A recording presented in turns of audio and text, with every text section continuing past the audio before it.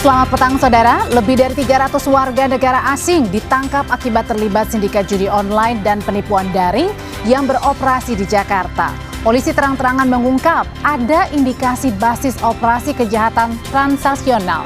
Lalu bagaimana para pelaku ini bisa beroperasi selama 2 bulan sebelum akhirnya sindikat terbongkar? Dan bagaimana juga dengan para pelaku ini bisa dihukum sesuai dengan aturan Indonesia? Sorotan lainnya, saudara, sikap Iran yang bersikukuh tak akan tunduk terhadap Amerika Serikat di tengah amukan Presiden Amerika Serikat Donald Trump yang menolak syarat Teheran untuk proposal perdamaian. Bagaimana stabilitas keamanan global semakin rapuh di tengah harga minyak masih bergejolak? Dua topik ini dan sejumlah informasi lainnya akan menjadi sorotan Sapa Indonesia Malam bersama saya, Mahasiswa Tarigan. Dan saya Audrey Chandra. Kita buka Sapa Indonesia Malam selengkapnya.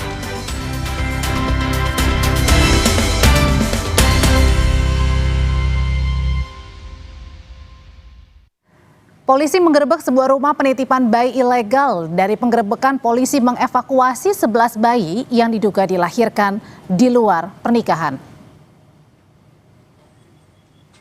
Sebuah rumah di wilayah Sleman, Yogyakarta digerebek polisi pada hari Jumat 8 Mei. Rumah ini diduga menjadi tempat penitipan bayi ilegal karena tidak mengantongi izin resmi. Bayi yang berada di dalam rumah berusia antara 1 hingga 10 bulan. 3 bayi kemudian dibawa ke RSUD Sleman karena dalam kondisi sakit. Sementara bayi-bayi lain dibawa ke Balai Rehabilitasi Sosial dan Pengasuhan Anak. Menurut polisi, 11 bayi diduga dihasilkan dari kehamilan di luar pernikahan dengan bantuan bidan berinisial O di kawasan Banyuraden. Polisi masih mendalami kasus ini. Ini mayoritas memang terus terang di luar pernikahan. Namun dari pemerintah pun akan mengupayakan bagaimana status terhadap orang tua dan anak ini. Kita juga mengenai bidan itu juga data perjalanan untuk praktek kebidanannya ada izinnya. Tapi untuk semacam penitipannya ini belum, karena ya tadi saya jelaskan itu bahwa yang pertama itu mungkin kemanusiaan satu orang itu, namun karena mungkin tertular apa sehingga 10 yang lain mengikuti dan sampai 11 ini kebetulan sudah kita temukan sehingga penyelamatan sudah kita upayakan untuk menjadi prioritas. Saudara, aksi pencurian kendaraan bermotor dengan menggunakan senjata api terjadi di Jalan Duri Raya Kebonjeruk, Jakarta Barat. Pelaku pencurian sempat melepaskan 3 kali tembakan saat dipergoki pemilik sepeda motor.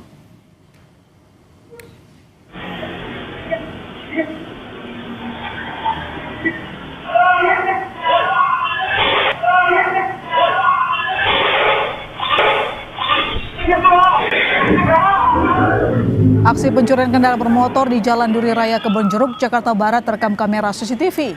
2 pelaku masuk ke halaman parkir rumah indekos, sementara 1 orang menunggu di pinggir jalan. Saat aksinya diketahui pemilik kendaraan, salah satu pelaku langsung mengacungkan senjata api ke arah korban. Namun korban tetap berusaha mengejar sepeda motor yang dibawa pelaku. Pelaku kemudian melepaskan tembakan. 1 pelaku yang menunggu di sepeda motornya juga melepaskan 2 kali tembakan ke udara hingga membuat panik warga yang sudah berdatangan karena mendengar teriakan korban. Ketiga pelaku berhasil lolos dari sergapan warga. Aksi pencurian bersenjata api ini sudah dilaporkan ke Mapolsek Kebonjeruk, Jakarta Barat.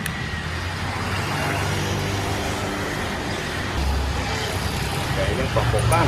Perampokan motor ya. Ada yang hilang kemarin itu? Motor apa? Trail. Ngambil motor itu ya yang temen yang satu menghalang-halangi yang pemilik. Nah di tempat itu keluarkan pistol. Kita sempat juga dia buang ke atas 2 kali, dia ke arah itu sekali, tapi nggak kena. Aksi pencurian sepeda motor dengan menggunakan senjata api juga terjadi di sebuah indekos di kawasan Duren Sawit, Jakarta Timur. 2 pelaku pencurian terekam kamera CCTV. Aksi pencurian ini sempat diketahui penjaga keamanan indekos yang berusaha menggagalkan pencurian tersebut. Namun, salah satu pelaku kemudian menodongkan senjata api kepada petugas keamanan tersebut. Petugas keamanan tak bisa berbuat banyak. Kedua pelaku akhirnya berhasil mencuri sepeda motor. Kasus ini laporkan ke Polsek Durensawit.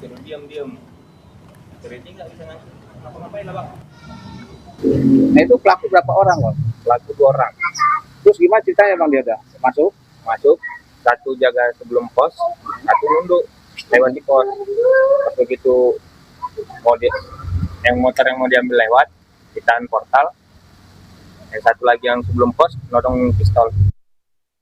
Subdit Ranmor di Treskrim Polda Metro Jaya mengungkap dugaan penadah kendaraan bermotor di sebuah gudang di Jalan Kemandoran, Kebayoran Lama, Jakarta Selatan. 1.400 lebih unit sepeda motor di gudang tersebut disita polisi untuk penyelidikan lebih lanjut. Berikut laporan jurnalis Kompas TV Edwin Chan dan juru kamera Yanuar Ruslim dari gudang Ranmor di Kebayoran Lama, Jakarta Selatan. Saudara, lebih dari 1.400 kendaraan roda 2 berhasil diamankan oleh Polda Metro Jaya. Ini terkait dengan kasus tindak pidana penadahan kendaraan. Dan memang kalau dari temuan yang bisa dilihat di belakang di sini, banyak sekali motor-motor yang sudah diamankan. Kemudian ini ada beberapa merek-merek ternama yang kemudian ditemukan bahwa hampir seluruhnya ini merupakan barang-barang yang ditadah lalu nantinya akan diekspor. Nah, ini ada beberapa temuan yang harus kemudian diselidiki lebih lanjut terkait dengan siapa saja dalang di baliknya, lalu berapa banyak kerugian yang diciptakan, dan akan kita tanyakan langsung kepada Kasubdit Ranmor dari Polda Metro Jaya. Selamat siang, Bapak. Selamat siang, Mas. Pak, siapa saja yang terlibat dan apakah sudah ada tersangka, Bapak? Ya, baik, kami mengamankan total kurang lebih 1.494 unit kendaraan. Roda 2 dengan berbagai merek dan berbagai jenis. Kondisi seperti yang terlihat, sebagian sudah dalam kondisi dengan onderdil sudah dibongkar dan sebagian besar dalam kondisi utuh, sekitar 900 unit masih kondisi utuh. Sedangkan 400 sekian jumlahnya itu sudah kondisi terbongkar. Baik, ini untuk tersangka sendiri, Bapak mungkin boleh dapat jelaskan lebih lanjut perannya seperti apa dan apakah ada penyelidikan lebih lanjut sampai. Untuk sementara kami tetapkan 1 orang tersangka selaku Direktur PT Indobike 26 dan sekaligus sebagai penadah kendaraan-kendaraan yang diduga hasil penggelapan ataupun dari pengalihan jaminan fidusia. Untuk yang sudah kami lakukan pemeriksaan dari karyawan ada sekitar 18 orang dengan 2 admin. Dan tidak menutup kemungkinan akan bertambah tersangka-tersangka yang lain dari hasil pengembangan penyidikan kami. Oke, baik. Terima kasih banyak Kasubdit Ranmor, AKBP Nur Margantara. Terima kasih banyak, Bapak. Selamat beraktivitas kembali.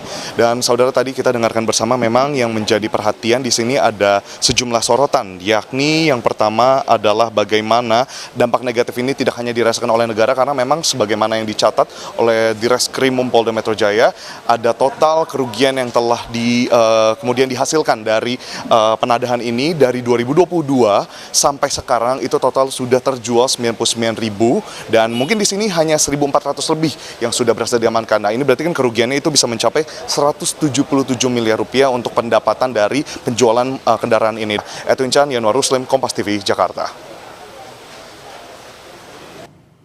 Kita ke informasi lain, saudara. Sebuah bus menabrak mobil bermuatan ayam potong di jalur Jasa Marga Golonamo Tol, Kecamatan Perbaungan, Kabupaten Serdang Bedagai.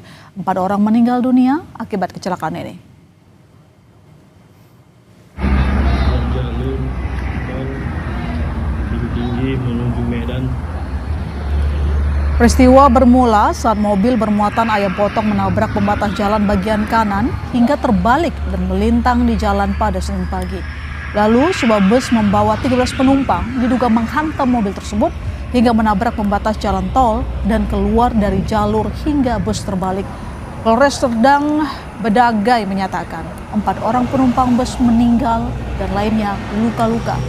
Kemudian korban dibawa ke Rumah Sakit Sari Mutiara, Grand Medistra, dan Rumah Sakit Umum. Dia menabrak mobil yang mobil barang yang membawa ayam. Di belakang dia kaget, kemudian dia benterin setir ke kiri sehingga menambah pembatas jalan dan keluar jalur tol. Bang, untuk korban ada berapa orang, Bang? Nah, kalau untuk korban, kalau meninggal dunia ada 4 orang, satu perempuan, 3 laki-laki.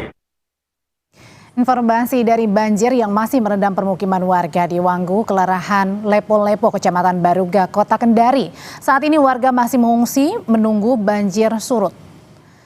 Banjir, saudara, merendam 8 RT wilayah Wanggu, Kelurahan Lepo-Lepo, Kendari karena air sungai Wanggu yang meluap.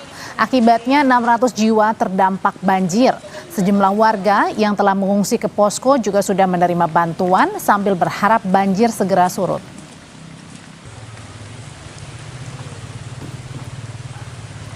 Dua meter lebih gitu, Bu. Jadi gimana, Bu, peralatannya, Bu? Rumahnya sempat diselamatkan? Banyak terapung. Terapung, Bu. Banyak yang tertinggal di sana. Oke, Bu. Sudah berapa hari tuh kondisinya, Bu? 3 hari. 3 hari nih, Bu. Oke, jadi Ibu sekarang tinggal di mana nih? Pengungsian? Di pondok, pengungsian. Pengungsian, Bu. Kita ke informasi lain. Pemerintah Korea Selatan resmi merilis hasil investigasi awal terkait insiden yang menimpa kapal tanker HMM Namo di Selat Hormuz. Investigasi mengonfirmasi bahwa kapal tersebut dihantam oleh objek terbang yang memicu ledakan dan kebakaran. Kementerian Luar Negeri Korea Selatan mengonfirmasi bahwa kapal mereka dihantam saat sedang menghentikan lajunya di Selat Hormuz pekan lalu. 2 serangan tersebut terjadi hanya dalam selang waktu 1 menit. Juru bicara Kementerian Luar Negeri Park Il menyatakan ledakan pada 4 Mei lalu mengakibatkan kerusakan signifikan pada sisi kiri buritan kapal. Otoritas Seoul belum bisa memastikan apakah serangan dilakukan menggunakan drone atau rudal. Saat ini puing-puing mesin dan fragmen yang dikumpulkan dari lokasi kejadian masih dalam proses analisis laboratorium. 정밀한 현장 조사, CCTV 확인 및 선장 면담 결과 5월 4일 현지 시간 15시 30분경 미상의 비행체 2기가 HMM 나무호 선미 좌현 평행수 탱크 외판을 약 1분 간격으로 2차례 타격하였고, 타격으로 인한 충격 후 진동을 동반한 화염 및 연기가 발생한 것으로 확인되었습니다. Presiden Prancis Emmanuel Macron menegaskan pergerakan kapal induk Charles de Gaulle di Laut Merah bertujuan menjamin kebebasan navigasi, bukan penempatan militer di tengah ketegangan di Selat Hormuz.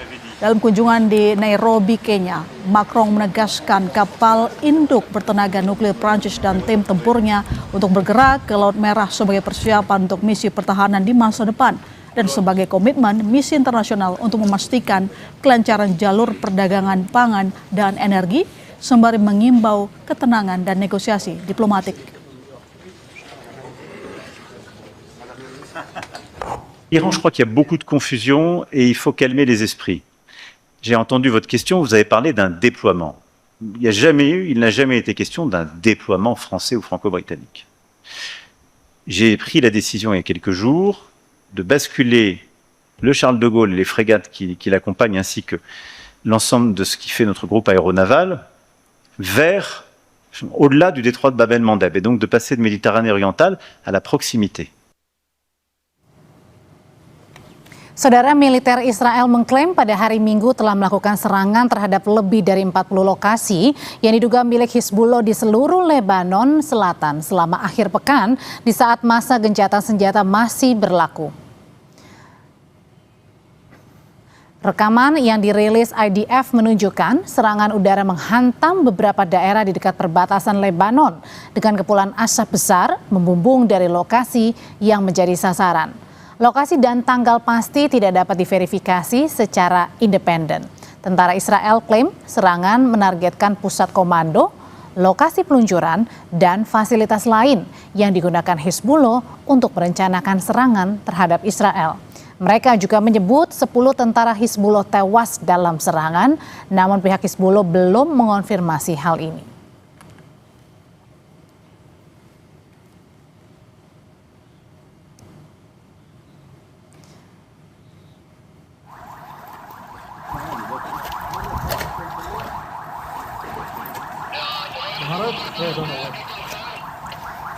Serangan udara Israel juga menghantam wilayah permukiman di Nabatiyeh, Lebanon hari Sabtu. Media lokal melaporkan 3 warga Lebanon tewas dalam serangan udara yang menyasar sebuah bangunan di lingkungan Al-Bayat, Nabatiyeh. Pasukan pertahanan Israel dilaporkan melancarkan 2 gelombang serangan ke lokasi yang sama dalam waktu kurang dari 1 jam. Petugas penyelamat dan ambulans langsung dikerahkan mencari korban di bawah reruntuhan dan mengevakuasi korban luka ke rumah sakit terdekat.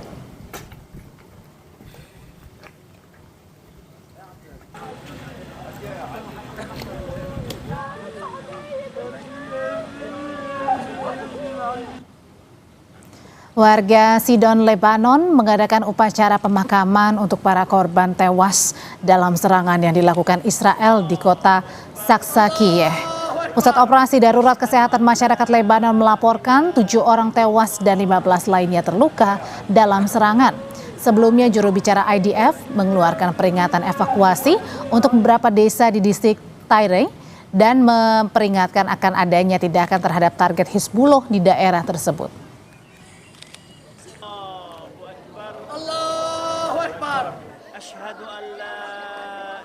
العيلة اختي وولادها اختي وولادها اختي وولادها ابنها هاني هو وولاده عنده صبيان وبنت ومرته خمسة راحوا شو ذنبن هون ما في عم بيقولوا سلاح كذابين هول إسرائيل كذابة.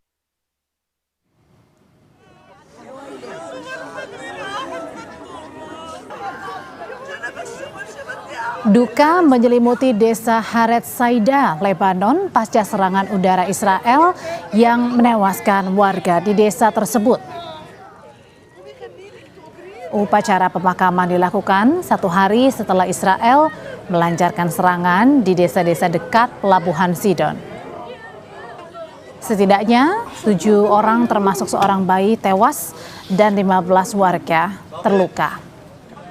Serangan udara pada hari Sabtu menandai eskalasi lain sejak gencatan senjata terjadi antara Israel dan Hizbullah mulai berlaku 17 April. Saudara, polisi mengungkap penangkapan ratusan WNA terkait sindikat judi online jadi indikasi basis operasi judul bergeser ke Indonesia. Kita bahas usai jeda.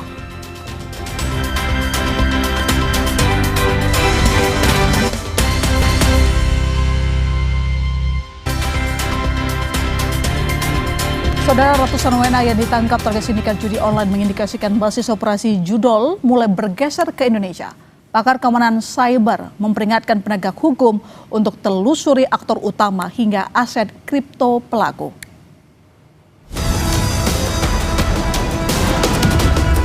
Penangkapan 320 warga negara asing terkait sindikat judi daring jadi indikasi basis operasi praktik penipuan bergeser ke Indonesia. Polri mengonfirmasi hal ini saat konferensi pers Sabtu lalu. Polri bilang, pergeseran operasional penipuan daring ini akibat basis sebelumnya di kawasan Indo-Cina sudah banyak ditertibkan. Daerah Indo-Cina, khususnya Myanmar, Kamboja, Laos, Vietnam, yang selama ini menjadi basis-basis dari perekrutan dan aktivitas tindak pidana daring yang sasaran korbannya transnasional, sasaran korbannya selalu warga negara asing. Setelah ditertibkan mulai terjadi pergeseran ke Indonesia dan itu tentunya sudah kami antisipasi dan kami prediksi. Kamis lalu, polisi membongkar markas judi online Judol tersebut di sebuah gedung di Jalan Hayam Wuruk, Jakarta Barat. 321 orang ditangkap, diantaranya adalah 228 warga negara Vietnam, 57 warga negara Tiongkok, dan sisanya berasal dari Myanmar, Laos, Thailand, Malaysia, Kamboja, dan seorang warga negara Indonesia. Dari 321 orang itu, 275 WNA diantaranya telah ditetapkan sebagai tersangka. Kini, Polri tengah memburu sponsor para pelaku. Kami akan melakukan koordinasi dengan instansi terkait untuk melakukan penelusuran baik itu aliran dana maupun sponsor daripada mereka atau para pelaku yang mendatangkan ke sini, termasuk melakukan penelusuran terhadap siapa yang menyewa, sponsor, dan yang menyediakan sarana dan prasarana bagi para pelaku. Pakar keamanan siber sekaligus Direktur Eksekutif Communication and Information System Security Research Center, SISREC, Pratama Persada mengingatkan pemerintah agar Indonesia tak jadi surga selanjutnya untuk praktik kejahatan transnasional ini. Sebenarnya yang perlu diperdalam itu nanti adalah pemodalnya siapa, seperti tadi Pak Usman bilang, pemilik platformnya siapa, kemudian penyedia rekeningnya siapa, penyedia kriptonya siapa, karena pasti ujung-ujungnya nanti akan dilempar ke kripto nih gitu. Kemudian masalah sponsor visa dan lain-lain gitu. Karena ini modusnya ini semakin lama akan semakin canggih Mbak gitu. Nah, ini jangan sampai nih Indonesia jadi safe haven-nya untuk operasi judi online Asia Tenggara nih gitu. Kini, polisi menahan para tersangka di rumah tahanan Barreskrim Polri. Kasus penipuan judi daring ini sekaligus lagi jadi alarm keras bagi penegak hukum untuk meningkatkan sistem keamanan dan pengawasan pintu masuk Indonesia. Tim Liputan, Kompas TV. Sindikat judi dan penipuan daring yang terbongkar dan 320 warga negara asing ditangkap memantik sorotan. Apakah basis operasi ini bergeser ke Indonesia? Bagaimana mencegah kasus serupa kian marak tidak terulang kembali? Kita bahas bersama Komisioner Kompolnas Yusuf Warshim dan pengamat keamanan cyber Vaksinkom Alphonse Tanujaya. Selamat sore Mas Yusuf, selamat sore Mas Alphonse. Selamat sore. Oke, pertama kita mengapresiasi Polri telah mengungkap sindikat ini. Tapi pertanyaan berikutnya adalah bagaimana menangkap aktor utamanya? Siapa sponsornya? Ya, terima kasih. Tentu kita apresiasi, ini yang ditangkap kan ratusan. Dan tentu ini operasinya sangat besar gitu. Operasi sangat besar itu tentu bukan dadakan ya. Pasti sesuai dengan yang kita pantau, diawali oleh adanya laporan informasi, adanya kegiatan penyelidikan, termasuk juga informasi yang ada di media sosial dilakukan pemantauan. Nah, kalau sehingga saat ini yang kita dapatkan informasi awal itu, apakah akan melakukan pengusutan kepada pelaku utama, tentu itu tidak bisa dipungkiri.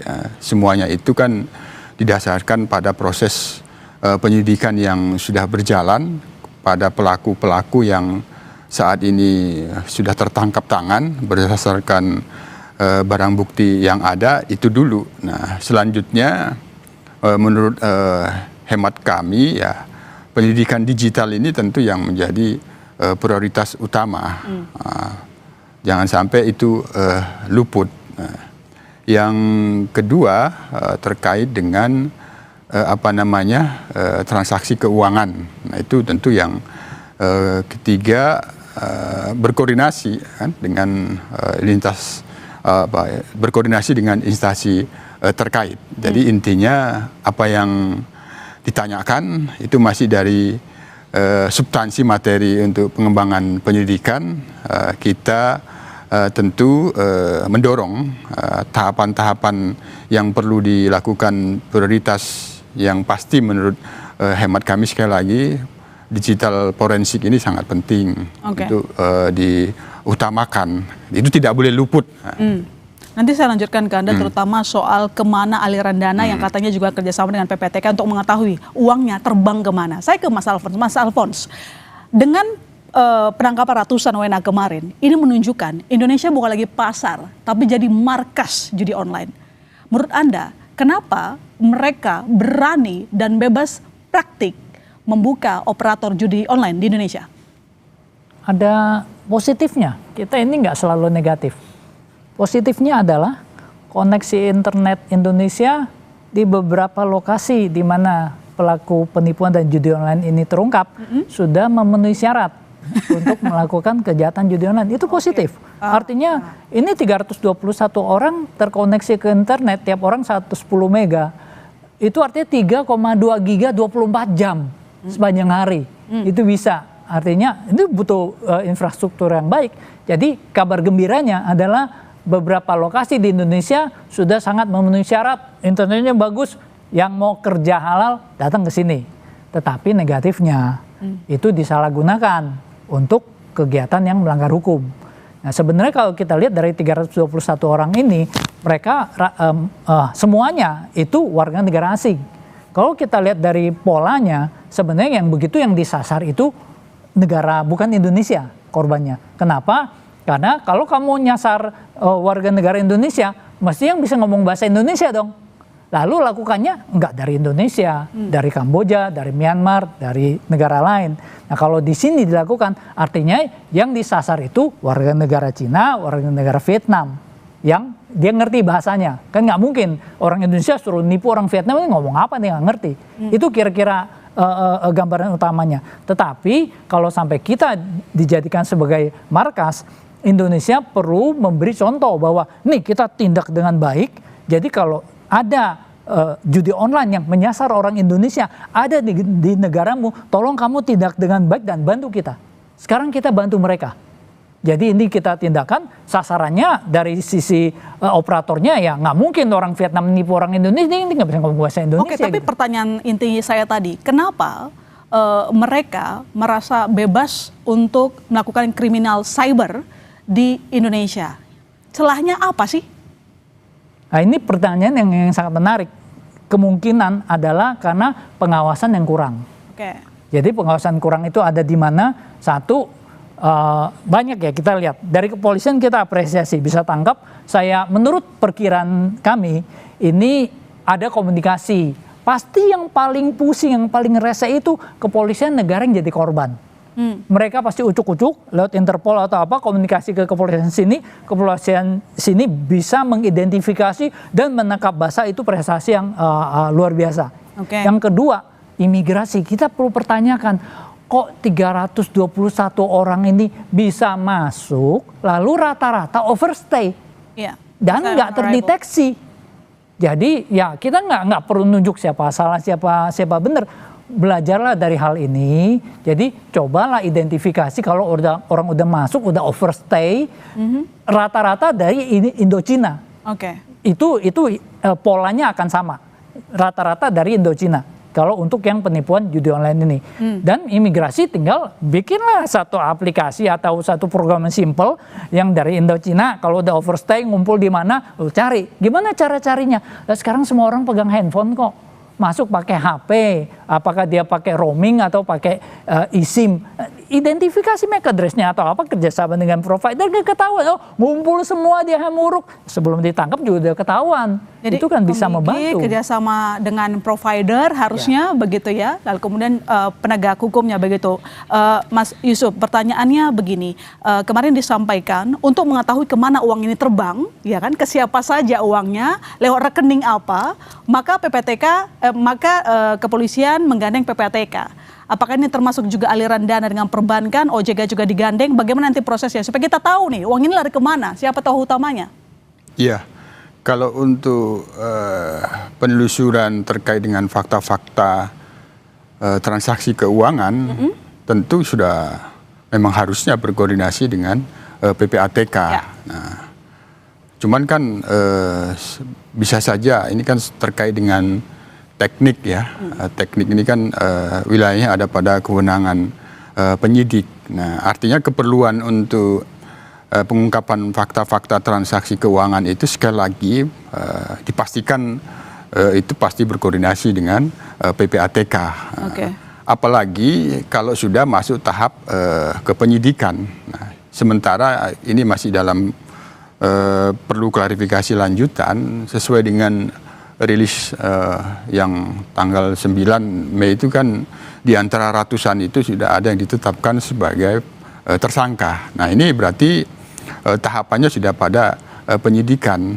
Tapi sekali lagi terkait dengan transaksi keuangan ini memang yang bisa memberikan informasi kan PPATK.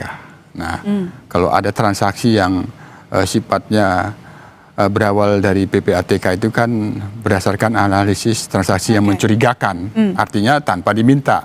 Tapi dalam hal ini, karena ini ada operasi penangkapan, tentu koordinasi yang dilakukan dari pihak penyidik. Oke. Yang Sejauh ini proaktifnya penyidik. apakah sudah mencium misalnya indikasi TPPU? Jangan-jangan itu? Sekali lagi tentu itu ada pada kewenangan penyidik. Yang kita pantau bahwa hingga saat ini proses itu masih dalam penyidikan dan penyidikan. Makanya yang paling utama itu kan pasti ini kan teknik ya, skala prioritas yang dilakukan itu terkait dengan penyelidikan digital. Ini kan informasi misalnya berdasarkan akun yang ada di IG. Ini kan harus terus dipantau ini, dipantau. Baru yang kedua ya berdasarkan klarifikasi dan keterangan para pihak yang sudah dilakukan penangkapan yang bisa menjurus kepada sponsor, apakah itu ada jaringan WNI kaitannya dengan kepemilikan rekening misalnya, semuanya itu sekali lagi tidak bisa kita langsung fokus bahwa ada rekening besar yang menampungnya. Bisa saja ada jaringan WNI, tapi sekali lagi tentu itu berdasarkan pada pengembangan fakta-fakta dari yang dilakukan penangkapan kemarin ini. Tapi ada kecurigaan misalnya ini merupakan human trafficking, karena dulu kan ketika warga Indonesia yang ke Kamboja ternyata case-nya seperti itu misalnya, Mas Yusuf.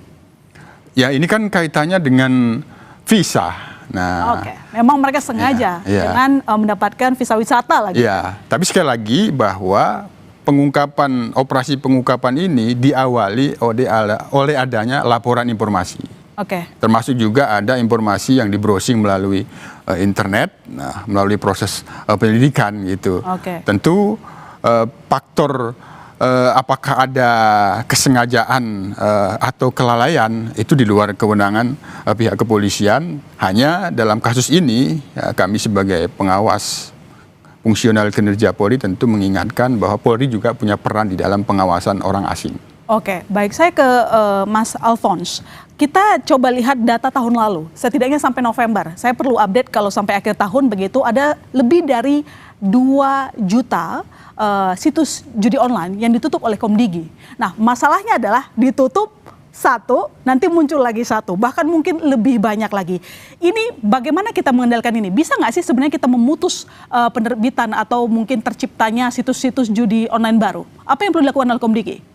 Kalau kita andalkan blokir itu, ibaratnya kita melakukan hal yang sama berulang-ulang, mengharapkan hasil yang berbeda. Saya nggak bilang bodoh, tapi kurang pintar. Jadi mudah sekali caranya. Orang judi online itu kan butuh pemain. Dia pasti pasang iklan, kirim SMS segala macam. Ya simple saja, follow the ad. Kalau ada iklannya, diklik iklannya. Dapat nomor telepon. Lalu hubungi, mau main, oh dikasih, ini nomor rekeningnya, dapat nomor rekening. Sesudah itu setor buat tim, ya kan? Lalu dikasih, ini servernya, yang diblok itu server itu. Lalu nomor rekeningnya kasih ke PPATK, kasih ke kepolisian. Siapa yang buka rekening ini? Pakai KTP asli atau palsu? Kalau pakai KTP asli, yang punya KTP diproses. Kalau pakai KTP palsu, banknya diproses. Kenapa KTP palsu bisa kamu buka rekening? Lalu yang tadi dapat nomornya, koordinasi dengan provider. Ini siapa orangnya, datang dikembangkan. Jadi sebenarnya nggak perlu blokir-blokir itu, ikuti saja. Ada iklan ikuti. Itu akan langsung dapat ke sumbernya. Itu tidak sulit.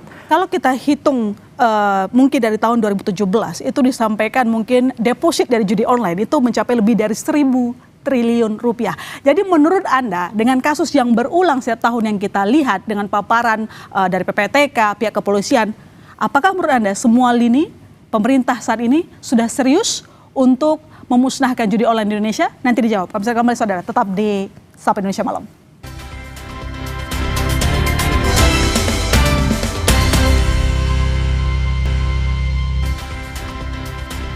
Ya, Mas Alphonse, ribuan triliun diprediksikan perputaran judi online. Setiap tahun kita diributkan dengan hal yang sama terus.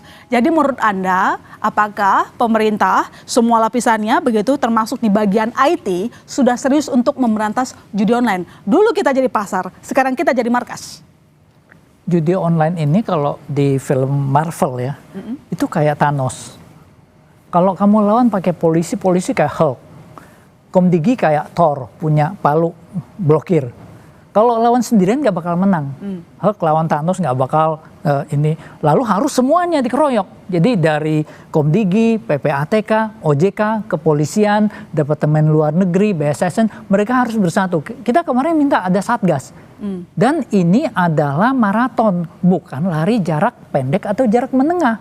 Kamu bisa menangkap satu bandarnya, ya kan?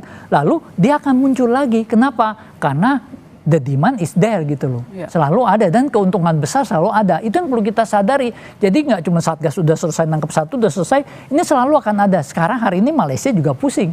Padahal Malaysia sudah melegalisasi judi offline, ada di Genting. Tapi judi online mereka sasarannya marketnya middle low. Itu yang bisa merusak masyarakat. Nah, ada hal yang menarik yang saya ingin informasikan. Dengan penangkapan ini saya sangat apresiasi, sangat menarik. Ada harta karun forensik yang bisa dimanfaatkan. Asalkan pihak kepolisian men-treat crime scene-nya dengan benar. Bagaimana memanfaatkan harta karun itu supaya kita bisa menangkap tokoh utamanya sehingga praktik judi online setidaknya ya nggak semasif sekarang, berkurang lah. 321 komputer itu dan server itu menyimpan sidik jari forensik. Jangan sampai dikacaukan, minta ahli forensik untuk mengidentifikasi, itu banyak yang bisa didapat. Satu, dapat server sebenarnya IP-nya ada di mana. Yang kedua, bisa dapat pemainnya siapa aja kalau database-nya berhasil dibobol. Itu pasti bisa dibobol. Operator tangkap, buka database-nya. Yang ketiga, kalau ada uangnya yang tadi ya kan, kripto atau apa, ya di komputer itu diaksesnya, tinggal dibuka, diambil uangnya gitu. Lalu banyak data-data lain, apakah itu servernya, pengelola siapa, itu tolonglah, itu 321 komputer sangat berharga dan beberapa server yang ada di sana itu menyimpan informasi sangat berharga. Nah, jadi itu Mas Yusuf, komitmen dari pihak kepolisian memanfaatkan harta karun yang disebutkan tadi untuk kita ketahui siapa tokoh utamanya, siapa sponsornya. Ya. Ini kan soal pemberantasan judi online ini sebenarnya sudah menjadi komitmen negara, komitmen presiden juga kan dalam Astra Cita kan salah satunya. Nah, Polri sendiri kan perannya adalah penegakan hukum. Nah, penegakan hukum. Oleh karena itu melihat dari operasi pengungkapan kasus ini, kami kira ini satu upaya yang sangat prestisius karena dari kronologi awal Mei laporan informasi langsung bisa dalam waktu 1 minggu lebih dilakukan penggerebekan, itu artinya sudah cukup kuat yang dilakukan pemantauan selama ini. Nah, hanya memang sekali lagi tantangan paling mendasar di dalam pengungkapan kasus penipuan online, judi online yang itu kaitannya dengan adanya transaksi keuangan, itu tantangan besarnya. Mengungkap transaksi keuangan sehingga akan menjurus siapa sponsor dan backingnya. Ini soal siapa sponsor ini paling utama sebenarnya yang harus bisa diungkap sponsor keuangannya. Nah, ini yang ini menjadi tantangan. Ini yang kita dorong, tidak hanya selesai sampai di sini, tapi bagaimana transaksi keuangan itu memang tidak mudah. Ya, concernnya pemerintah untuk memberantas judi online tampaknya itu gagah di depan layar, Mas Yusuf. Dulu 2024 sudah ada Satgas Judi Online. Nyatanya sekarang ternyata judi online itu kok sangat sulit begitu untuk diberantas. Nah, apakah kita perlu menciptakan sebuah sistem baru yang lebih ketat? Misalnya, maaf kita harus bertanya begitu, ini kan rekeningnya pasti besar jumlahnya. Kok bisa mereka lolos punya rekening tersebut tanpa terdeteksi dari perbankan? Ya tentu sifat penegakan hukum yang dilakukan oleh kepolisian itu terkait dengan judi online Pertama kan pemantauan, yang itu apabila hasil pemantauan merekomendasikan adanya situs-situs yang harus dilakukan blokir, kan kewenangan pemblokiran itu ada di instansi lain. Nah, termasuk terkait dengan adanya transaksi keuangan yang bisa memastikan transaksi keuangan yang mencurigakan itu kan PPATK. Hanya kalau sudah terjadi adanya bukti kejahatan, maka di situ yang dilakukan oleh penyidik proaktif terhadap PPATK meminta analisisnya. Nah, soal tantangan kaitannya dengan transaksi keuangan ini tidak hanya tugas daripada penyidik sendiri, tapi memang butuh dukungan semua pihak, perbankan, OJK dan juga PPATK. Artinya ya sinergi dan kolaborasi memastikan terkait dengan transaksi keuangan. Kalau hanya misal soal rekening di dalam kasus-kasus penipuan online itu pernah kita mendapatkan penjelasan dari Barisrem itu terkadang rekening itu dipinjamkan. Rekening itu KTP asli, rekeningnya ada pemiliknya. Tapi dia merupakan sindikat, ya, dipinjamkan oleh si pemilik itu. Nah, itu jaringan gitu. Kita lihat analisis jaringan itu memang tidak mudah, ruwet ya. Tidak satu garis, kalau linier itu sangat mudah dari dilacaknya. Tapi dia ya ruwet itu jaringannya. Dan itu ada fakta rekening itu sah dimiliki oleh seseorang, tapi itu bisa dipinjamkan dan itu bagian dari sindikat itu. Oke, baik. Mas Alphonse, apakah Anda melihat memang skema kejahatan dari judi online ini berulang sama saja atau semakin canggih? Servernya di luar negeri kan ini? Servernya di luar negeri, agak bodoh kalau servernya di sini karena mudah teridentifikasi, trafficnya semua sangat mudah. Dengan server di luar negeri pun seharusnya ISP yang memberikan layanan bagi operator judi online itu tidak sulit untuk mendeteksi, karena layanan judi online ini beda dengan orang kerja. Bedanya apa? Satu, dia 24 jam. Traffic jalan terus 3,2 GB. Kalau orang kerja kan jam 8 sampai jam 4. Lalu kalau malam enggak. Yang kedua, kalau misalnya orang kerja itu aksesnya situs-situs kerja, misalnya Google Workspace atau Microsoft OneDrive. Kalau judi online ini 24 jam aksesnya ke situs-situs tertentu yang sebenarnya mudah di-flag dan mudah diidentifikasi. Iya. Mas Yusuf, bagaimana lantas langkah berikutnya yang perlu kita lakukan? Perketat orang masuk ke Indonesia itu perlu. Yang kedua ini paling inti nih. Kamboja dulu jadi surganya judi online, tapi mereka berhasil berbenah diri. Nah, Indonesia jangan sampai malah ketinggalan dari Kamboja. Respon Anda? Iya. Ini kan soal Kamboja kan melakukan penutupan dan pelarangan. Nah, kalau di Indonesia kan sebenarnya komitmennya sudah sangat jelas. Nah, hanya ini kan modus sekarang ini kan ada WNA. Jadi melakukan operasi di sini. Nah, maka tentu kita dari kasus ini mendorong ya tetap ada peran Polri di dalam pengawasan orang asing, meskipun pengawasan itu fungsional, administratif dan operasional, yang itu memerlukan koordinasi dengan instansi terkait yang punya kewenangan secara langsung terhadap masuknya orang asing itu. Nah, yang kedua, dari kasus ini tetap kita mendorong penyelidikan digital. Yang kedua, terus dilakukan pemantauan profil. Profil ya secara teknologi ya terkait dengan IP address, domainnya, itu terus harus dilakukan. Itu yang paling pertama yang diutamakan oleh penyelidikan dan penyidikan kasus ini untuk tidak berhenti kaitannya dengan penyelidikan digital. Terutama mungkin lebih aktif lagi polisi cybernya. Mungkin ini nggak cuma tugas kepolisian, tapi kan banyaknya gitu iklan-iklan judi online di media sosial juga begitu banyak bertaburan. Ya, semoga kita nggak kalah cepat dari mereka. Terima kasih Mas Yusuf, terima kasih Mas Alphonse sudah bergabung di Sapa Indonesia Malam. Saudara, sorotan berikutnya di Sapa Indonesia Malam, Amerika dan Iran kembali bersih tegang pasca keduanya saling tolak proposal negosiasi. Akankah perundingan dan perdamaian bisa tercipta di tengah konflik yang kian membara? Informasinya kami hadirkan usai jeda.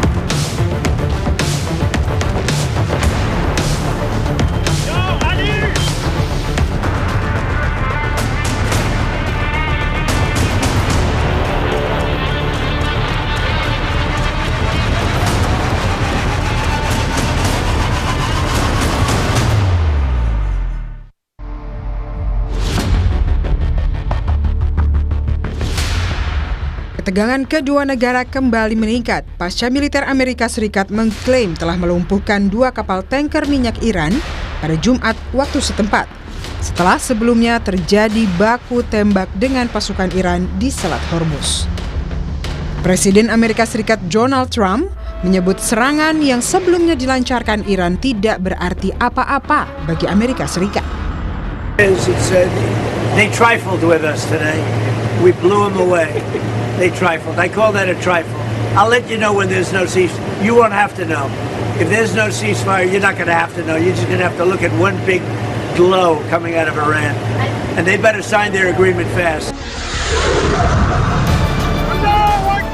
Di sisi lain, Garda Revolusi Iran mengklaim telah meluncurkan rudal yang menyasar kapal Angkatan Laut Amerika di timur Selat Hormuz. Menanggapi serangan balik dari Amerika Serikat, juru bicara Kementerian Luar Negeri Iran, Ismail Baghei, menyatakan bukan hal baru jika Amerika melanggar hukum internasional di masa gencatan senjata.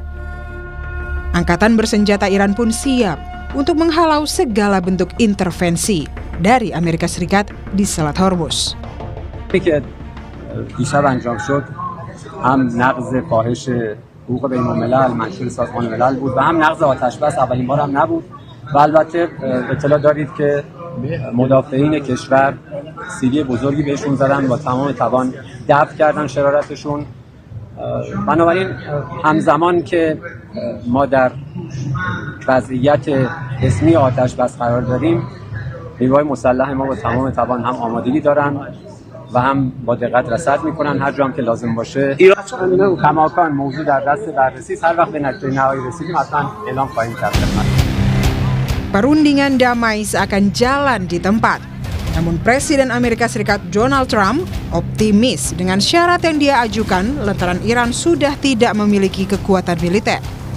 Trump kembali mengancam Iran jika kesepakatan tidak ditandatangani, maka Iran akan semakin menderita. Ia pun menambahkan Iran sangat mengidam-idamkan kesepakatan terjadi antara keduanya. Going very well, but they have to understand if it doesn't get signed, they're going to have a lot of pain. They're going to have a lot of pain.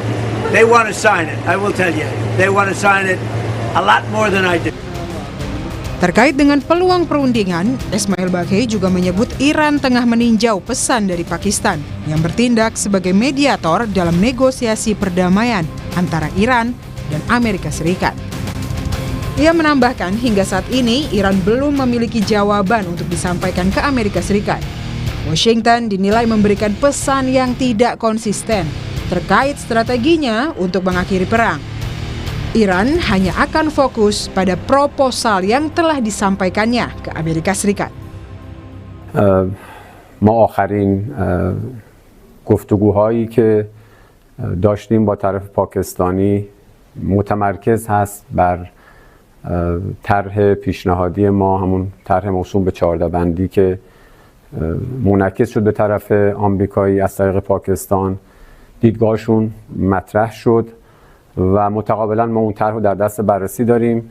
به محض اینکه جمع‌بندی کار انجام بشه به میانجی پاکستانی منعکس خواهد شد و بر اساس نتایج این تبادل پیام‌ها گام بعدی در موردش تصمیم گیری خواهد شد.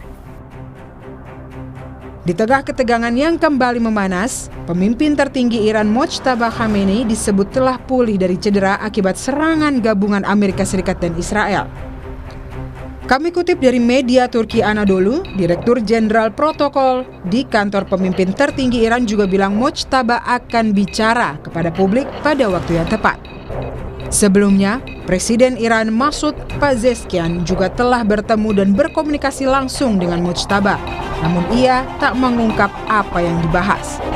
Pezeshkian menyampaikan Iran tidak akan tunduk pada musuh. 2 ساعت و نیم هم خدمتشون گفتگو داشتیم.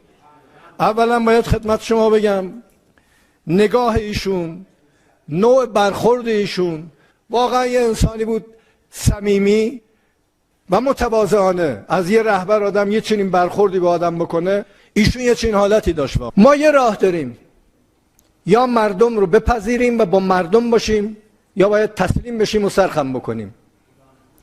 ما با مردم میمانیم و سرخم نمیکنیم. Sementara itu, tudingan Amerika soal kekuatan militer Iran dipatahkan Menteri Luar Negeri Iran. Abbas Araghchi sekaligus membantah laporan intelijen AS CIA yang menyebut kapasitas rudal Iran turun hingga 75%. Araghchi mengklaim jumlah persediaan rudal dan kapasitas peluncur Iran saat ini justru mencapai 120% dibanding dengan kondisi sebelum Februari. Pulihnya Mojtaba bersamaan dengan persediaan rudal Iran membuat Iran siap menghadapi Amerika di meja perundingan atau kembali ke peperangan. Hari ini, Presiden Amerika Serikat Donald Trump mengatakan ia telah menolak tanggapan Iran atas proposal Amerika Serikat untuk mengakhiri perang di Timur Tengah. Trump menyebut usulan Iran tidak dapat diterima. Dalam akun Truth Social-nya, Trump menulis, "Saya baru saja membaca tanggapan dari pihak yang menyebut diri mereka perwakilan Iran. Saya tidak menyukainya. Sama sekali tidak dapat diterima. Terima kasih atas perhatian Anda terhadap masalah ini." Televisi pemerintah Iran juga melaporkan Teheran telah menolak proposal Amerika karena dianggap saja dengan menyerah. Adapun 4 poin baru Iran yang ditolak mentah-mentah oleh Trump diantaranya reparasi perang oleh Amerika Serikat, kedaulatan penuh Iran atas Selat Hormuz, pengakhiran sanksi, dan pembebasan aset-aset Iran yang disita. Sementara Presiden Rusia Vladimir Putin menyatakan Amerika dan Iran bisa mencapai kesepakatan untuk mengakhiri konflik demi kepentingan semua pihak. Ia juga menyebut tidak melihat adanya bukti upaya Iran untuk membuat bom nuklir. Pernyataan ini bertolak belakang dengan pernyataan Trump yang mengklaim perang gabungan Amerika dan Israel untuk menggagalkan upaya Iran memperoleh senjata nuklir. Нет уже заинтересованных лиц для продолжения этого противостояния. Конечно, мы понимаем, что договоренности должны быть достигнуты в интересах всех народов и всех государств этого региона. Есть разные варианты, мне бы не хотелось сейчас вдаваться в детали. Мы их представляем себе, какие они могли бы быть. И в целом они могут быть достигнуты. И мы слышали неоднократные заявления по этому поводу. Да и МАГАТЭ ни разу не сказала, что есть доказательства стремления Ирана к ядерному оружию. Все другие участники этого процесса, на мой взгляд, тоже могли бы быть заинтересованы. Мне кажется, что это могло бы их устроить. Почему? Ну, во-первых, все бы увидели, что это такое, сколько и где находится. Второе, это все было бы поставлено под контроль МАГАТЭ. Di sisi lain, Pakistan juga masih yakin Amerika Serikat dan Iran akan mencapai gencatan senjata jangka panjang. Perdana Menteri Shehbaz Sharif bilang Pakistan telah memainkan peran penting dalam mengupayakan perdamaian kedua pihak. Negosiasi hingga kini sulit tercapai karena perselisihan mengenai program nuklir Iran dan Selat Hormuz.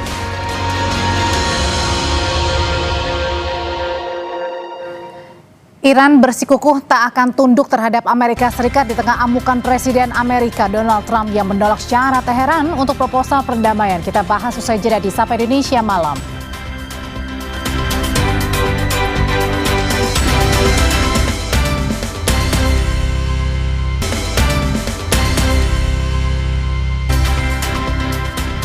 Saudara, Presiden Donald Trump menyebut serangan Iran terhadap kapal perang Amerika di Selat Hormuz tidak berarti apa-apa. Trump kembali mengancam Iran jika kesepakatan antar keduanya tidak segera ditandatangani. Trump sempat mengejek Iran bahwa serangannya terhadap kapal Amerika di Selat Hormuz adalah sebagai bentuk sentuhan cinta. Pernyataan itu muncul setelah Iran meluncurkan rudal, drone dan kapal kecil ke arah 3 kapal perusak Angkatan Laut Amerika Serikat Kamis lalu. Militer Amerika kemudian membalasnya dengan serangan yang disebut sebagai aksi pertahanan diri. Meski ketegangan di Selat Hormuz meningkat, tapi Trump mengingatkan gencatan senjata antara AS dan Iran masih tetap berlaku. Trump juga kembali mengancam Iran akan berada dalam penderitaan jika tidak segera menandatangani kesepakatan dengan Amerika. They trifled with us today. We blew them away. They trifled. I call that a trifle. I'll let you know when there's no ceasefire. You won't have to know. If there's no ceasefire, you're not going to have to know. You're just going to have to look at one big glow coming out of Iran. And they better sign their agreement fast. The talks are going very well, but they have to understand if it doesn't get signed, they're going to have a lot of pain. They're going to have a lot of pain. They want to sign it. I will tell you. They want to sign it a lot more than I do. Sementara Presiden Iran Masoud Pezeshkian membalas pesan Trump dengan mengatakan negaranya tidak menginginkan apapun dari Amerika Serikat. Pezeshkian menegaskan mereka tidak akan tunduk pada musuh.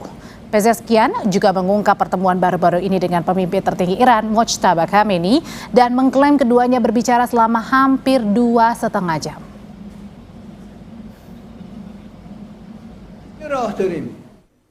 یا مردم رو بپذیریم و با مردم باشیم یا باید تسلیم بشیم و سرخم بکنیم. ما با مردم میمانیم و سرخم نمیکنیم. چیزی از این دنیا نمیخوایم. ما چیزی از این آمریکا، ما حق قانونی که در چارچوب‌های قوانین بین المللی رو میخوایم. هیچی خارج از اون نمیخوایم عمل کنیم. دنیا راست میگه با ما بر اساس قوانین بین المللی برخورد بکنیم. Saudara, Iran memberi pernyataan tegas bahwa mereka tidak akan tunduk terhadap Amerika. Hal ini sebagai respons atas penolakan Amerika Serikat terhadap syarat yang diajukan Teheran untuk perdamaian. Situasi ini lantas membuat jalannya negosiasi semakin tidak tentu arahnya kemana dan berpotensi jadi konflik berkepanjangan di kawasan Timur Tengah. Untuk membedahnya bagaimana dinamika ini berdampak pada stabilitas keamanan global, kita akan membahas bersama Anton Ali Abbas, pengamat militer Center for Intermastic and Diplomatic Engagement. Mas Anton, selamat malam. Malam, Mbak Audrey. Dan ada juga Guru Besar Hukum Internasional Universitas Indonesia, Hikmahanto Juwana. Prof. Hikmahanto, selamat malam. Selamat malam, Audrey. Saya mau ke Mas Anton dulu. Mas Anton, setelah Iran bertemu dengan Rusia dan juga ke Tiongkok, nampaknya Iran semakin percaya diri ya menolak apapun yang ditawarkan Amerika dan dengan tegas-tegas tidak akan tunduk pada tekanan Amerika. Kenapa ini? Keras sekali pernyataan Iran. Ya, apalagi kalau misalnya kita ingin kaitkan lagi dengan postingan dari Presiden Trump terakhir gitu yang menunjukkan bagaimana saya melihatnya ada kemarahan gitu ya. Jadi sebenarnya Mbak Audrey, saya melihatnya ini yang memang menjadi sinyal menunjukkan bahwa ada perbedaan yang cukup serius ya antara Washington dan Teheran gitu, dan bagaimana memandang perdamaian harus dibangun. Dan ini tentu saja kemudian bagi saya menjadi mengkhawatirkan. Kenapa? Karena kemudian ketika kita bicara tentang diplomasi yang disertai tekanan ataupun juga kita bisa bilang dengan itu adalah diplomasi koersif, itu kemudian berangsur-angsur berubah gitu menjadi persiapan untuk eskalasi kembali gitu. Ini yang bagi saya, ini sebenarnya kita bisa melihat bahwa ternyata ketika kita bicara tentang perang ini bukan perang yang biasa yang bisa hanya selesai dengan pendekatan militer saja, tapi juga tidak juga bisa diselesaikan dengan tekanan politik atau tekanan diplomatik yang maksimal gitu. Kenapa? Karena kalau kita misalnya melihat Trump misalnya, bagaimana kemudian postingan itu menunjukkan bahwa itu satu sifatnya instruktif.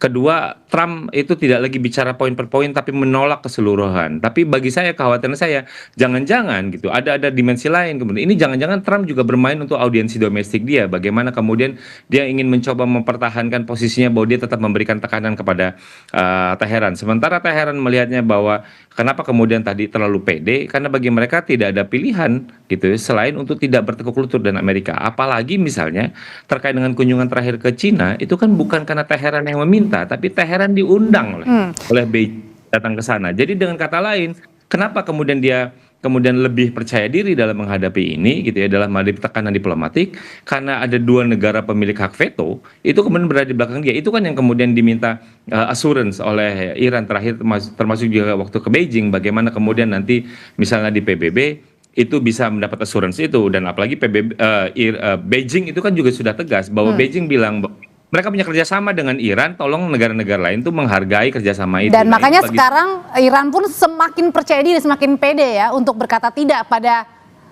Amerika. Yes, betul, Mbak Audrey. Kenapa? Karena dia merasa bahwa waktu itu tidak membebani mereka, tapi waktu justru berpihak kepada mereka. Semakin lama mereka bisa bertahan, maka kemudian tekanan itu justru bukan membesar pada sisi Tehran, tapi justru membesar pada sisi Amerika Serikat gitu. Itu yang kita bisa lihat, Mbak Audrey. Kalau Prof Hikmah, kalau memang Iran ini semakin percaya diri untuk mengatakan tidak kepada Amerika, kalau Prof Hikmahanto menilai ini kepercayaan diri yang didapatkan Iran karena memang adanya tadi ya semakin memperkuat hubungan antara Rusia dan juga Tiongkok yang pro ke Iran, atau karena memang militernya Iran ini sudah kembali pulih dan bahkan melebihi dari sebelumnya? Kalau menurut saya yang lebih penting adalah kondisi dalam negeri di Amerika Serikat ya. Karena kita tahu ada 3 faktor yang mempengaruhi Trump untuk tidak bisa menyerang Iran pada saat sekarang. Pertama adalah persetujuan dari Kongres, karena memang Trump boleh menyerang Iran dalam waktu 60 hari, tapi setelah 60 hari kemarin, maka dia harus mendapatkan persetujuan dari Kongres. Belum lagi anggaran dari Kongres yang harus disetujui, gitu, yang sudah disampaikan oleh Hesketh, gitu ya. Pete Hesketh. Yang kedua adalah bagaimana reaksi dari publik Amerika Serikat. Kan kita tahu bahwa saat sekarang ini approval rating dari Trump itu sudah sampai titik yang terendah, 30% kalau saya tidak salah. Dan juga di dalam negeri mereka komplain terhadap Trump, bukan terhadap Iran, karena harga minyak yang melambung dan kemudian juga harga barang-barang yang melambung.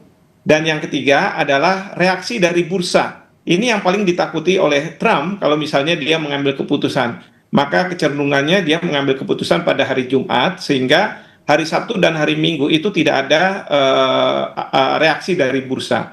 Nah, justru Iran memainkan 3 faktor dalam negeri Amerika Serikat ini untuk keuntungan dia.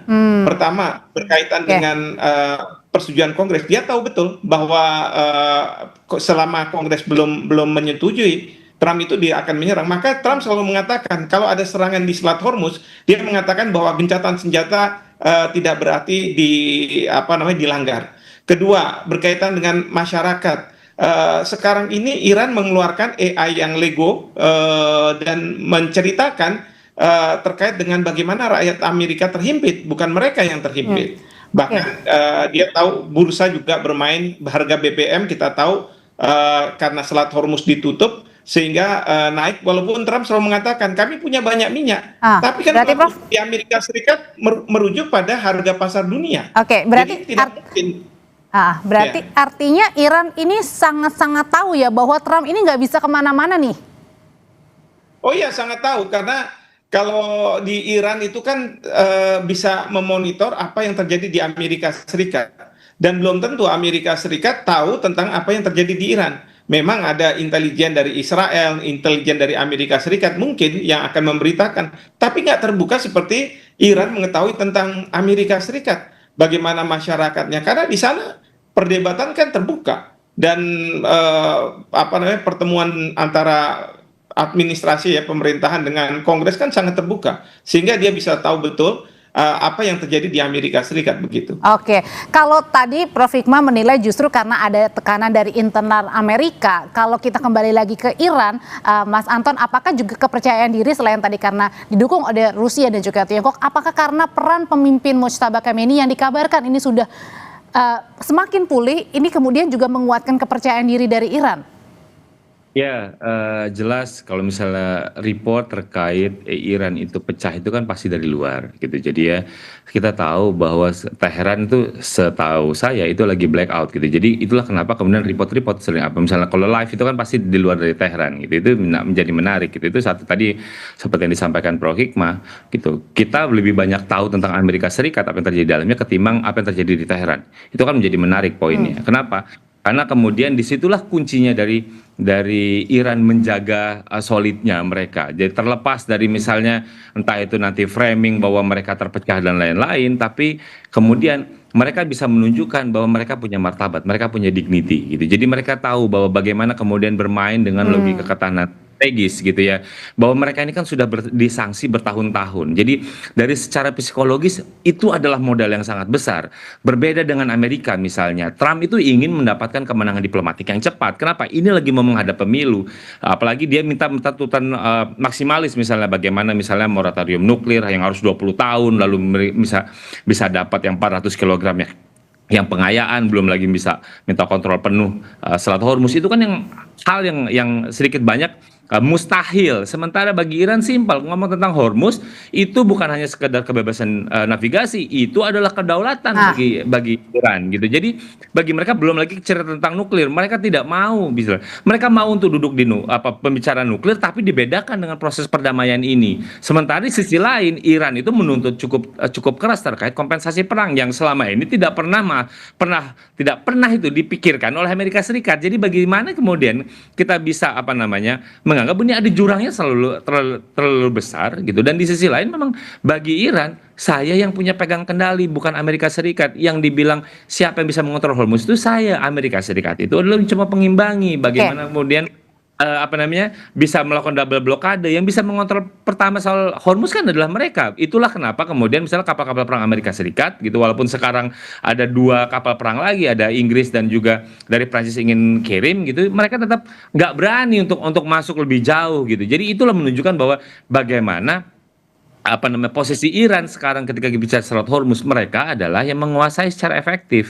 Bagi saya jadi penting gitu, Mbak Audrey. Oke, Mas Anton, Prof Hikmah, kalau gitu ketika Presiden Trump ini menolak proposal balasannya Iran, karena sebenarnya Iran ini menginginkan tadi ya, yang dikatakan Mas Anton, ada menginginkan kompensasi perang, kedaulatan penuh terhadap Hormuz, pencabutan sanksi, dan juga pencabutan pembebasan aset Iran yang dibekukan oleh Amerika. Pernyataannya ketika Trump menolak, ini menolak bagian mana? Satu demi satu atau semuanya? Nanti Bapak-Bapak akan menjawabnya, tetap bersama kami di Sapa Indonesia Malam.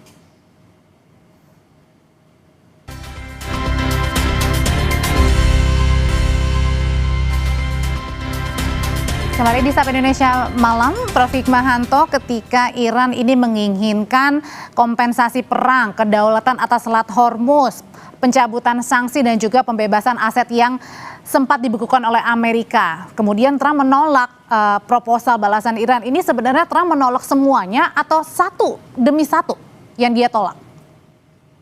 Nah, ini yang kita belum tahu ya, apakah menolak untuk keseluruhan atau bagian-bagian tertentu. Tapi ini adalah tugas dari Pakistan sebagai mediator untuk kemudian mencoba untuk melihat, kan sudah ada proposal yang disampaikan oleh pihak Iran dan kemudian ada respon dari Amerika Serikat. Nah, sekarang dari pihak Iran, dari pihak Pakistan, kalau mereka melakukan mediasinya, maka mungkin diajak untuk bertemu, dan di mana yang menjadi permasalahan yang kemudian apakah dari pihak Iran bisa diturunkan tuntutannya, dan dari pihak Amerika tentu kalau misalnya dia menolak kan nol, berarti dia harus naik. Jadi dalam proses perundingan itu seperti itu, jadi putaran. Tapi kalau saya melihat skenarionya bisa saja terjadi seperti itu, terus kemudian nanti ada kesepakatan dan kemudian perdamaian abadi akan muncul. Tapi yang kedua adalah mereka tidak bisa sepakat. Dan kalau mereka tidak sepakat, pertanyaannya adalah apakah Trump akan menyerang Iran kembali. Kalau misalnya menyerang, tentu dia harus memikirkan mengenai masalah anggaran, persetujuan dari Kongres, approval dari rakyatnya, dan seterusnya. Nah, yang ketiga, yang paling mungkin terjadi adalah gencatan senjata kan selama ini tidak pernah ditentukan batasnya oleh Trump. Jadi dibuat status quo seperti sekarang, ya, di mana memang ya sudah seperti sekarang. Gantung ya? Aja serangan. Iya, seperti Rusia dengan Ukraina kan sekali-sekali aja serangan. Rusia nggak pernah membuat perdamaian dengan Ukraina dan tidak pernah menyatakan bahwa perang berakhir, tapi sekali-sekali menyerang. Nah, tapi menyerangnya mungkin nggak di kota-kota yang selama ini misalnya diserang oleh Amerika Serikat. Nah, tapi kalau misalnya yang terakhir ini yang kita harus waspadai adalah Israel, karena mereka yang ingin mensabotase. Oke, kalau gitu pertanyaannya, kalau karena tadi Prof sudah mengomong tentang yang Israel itu, kan salah satu perjanjian atau keinginan dari Iran juga agar Israel ini tidak kembali menyerang Lebanon ya. Nah, pertanyaan berikutnya adalah apakah ini juga kemudian Israel menjadi penentu juga syarat AS dan Iran ini bisa damai atau sama-sama menerima proposal perdamaian ini, apakah Israel artinya turut campur juga? Karena memang sejak awal kan Israel juga ikut turut campur. Ya, tapi Israel kan tidak mungkin berhadapan langsung dengan Iran, karena Iran pasti tidak akan mau. Jadi kepentingan Israel itu ada di Amerika Serikat, dan Iran ingin agar Amerika Serikat mengendalikan Israel, misalnya terkait dengan penyerangan terhadap Lebanon. Jadi Iran akan menuntut pada Amerika Serikat penyerangan Israel akan segera dihentikan. Tapi kalau misalnya yang tadi saya katakan status quo itu, pasti Israel kan tidak suka, sehingga dia akan terus menyerang Lebanon, dan ini yang membuat Iran akan melakukan serangan misalnya ke Israel atau lewat Hezbollah dia menyerang ke Israel, dan Israel akan menyerang balik lagi ke Iran, dan kemudian Amerika Serikat akan ikut juga dalam perang tersebut. Jadi ya akan mulai lagi begitu. Gencatan senjata akan dilanggar seperti itu. Oke, pertanyaan yang kurang lebih hampir sama, tapi saya balik ke Mas Anton. Mas Anton, kalau Prof. Hikmah bilang ya belum tahu nih, Trump ini memang menolak sepenuhnya atau hanya satu demi satu saja yang dia tolak begitu. Kalau kebalikannya, Iran sudah menawarkan proposal balasan kepada Amerika. Yang inginnya Iran itu juga semua proposalnya memang diterima atau syarat-syaratnya memang harus diterima sama Amerika, atau kalau 1-2 diterima ya udah gencatan senjata berakhir, damai, naik nih pulih. Ya, inilah namanya seni bernegosiasi. Kalau saya dulu diajarin sama Prof. Hikmahanto gitu ya. Jadi memang namanya juga negosiasi ya kan. Kalau bicara diplomasi itu kan art of negotiation gitu. Jadi biasa sebenarnya tarik-menarik, tukar-menukar ide seperti ini. Jadi, apalagi misalnya disertai dengan tekanan-tekanan. Walaupun menjadi menarik misalnya Mbak Audrey, baik Trump maupun Netanyahu itu membuat komentar terkait bagaimana respon mereka untuk menolak gitu ya proposal yang respon terbaru dari Iran ini. Itu menunjukkan apa? Itu menunjukkan bagi saya ada kekhawatiran jangan-jangan mereka lagi menyiapkan eskalasi baru, apalagi dapat kabar misalnya Israel itu sudah memasukkan rencana untuk eskalasi baru kepada Iran untuk durasi 2 minggu gitu. Jadi termasuk untuk membunuh menyasar pada pemimpin-pemimpin strategis militernya Iran gitu. Belum lagi mereka juga menghendaki misalnya Israel memang pengiriman pasukan darat itu dilakukan gitu. Nah, ini kan kalau itu kejadian kan itu memang jelas itu mengerikan gitu. Apalagi misalnya tadi ada 2 kapal perang baik itu dari Perancis maupun dari Inggris juga udah menuju ke Timur Tengah gitu. Jadi bagi saya ini jelas ada sebuah kekhawatiran gitu. Jadi memang juga ketika ngomong tentang skenario, saya juga sepakat dengan Prof. Bahwa jangan-jangan skenario paling tinggi itu yang terjadi saat ini itu adalah memang kebuntuan ya. Jadi kebuntuan seperti ini, kebuntuan yang berkepanjangan dengan disertai insiden sporadis. Kenapa harus sporadis? Karena dengan begitu Trump untuk mudah untuk ngeles. Ini Trump itu kan paling jago ngeles gitu ya. Tapi untuk kita lagi tidak berperang gitu loh. Jadi ada serangan-serangan kecil saja dan itu memang sah-sah saja gitu untuk ketika posisi ini. Ya. Tapi apakah pertanyaannya Israel berani nih langsung menyerang Iran, kemudian Amerika nggak tahu? Ya, selama ini gitu ya, selama ini yang paling banyak berperang itu kan memang Amerika Serikat gitu.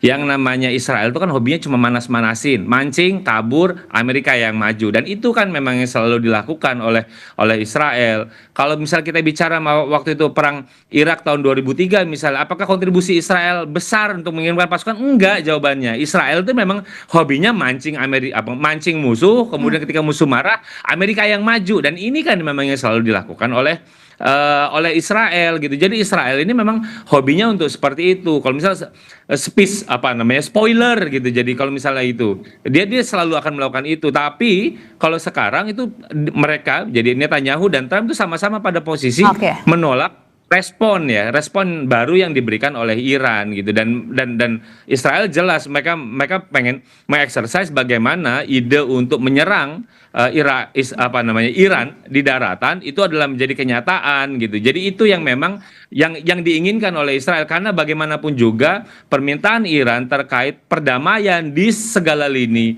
pertempuran itu sulit bagi Israel untuk diterima, apalagi sementara ketika kita bicara tentang perang antara Amerika Serikat dengan Iran, Israel kan bukan partisnya gitu. Jadi yang selama ini inilah Amerika Serikat dengan Iran itu kan yang menjadi menarik ketika kita bicara tentang konstelasinya, Mbak Audrey.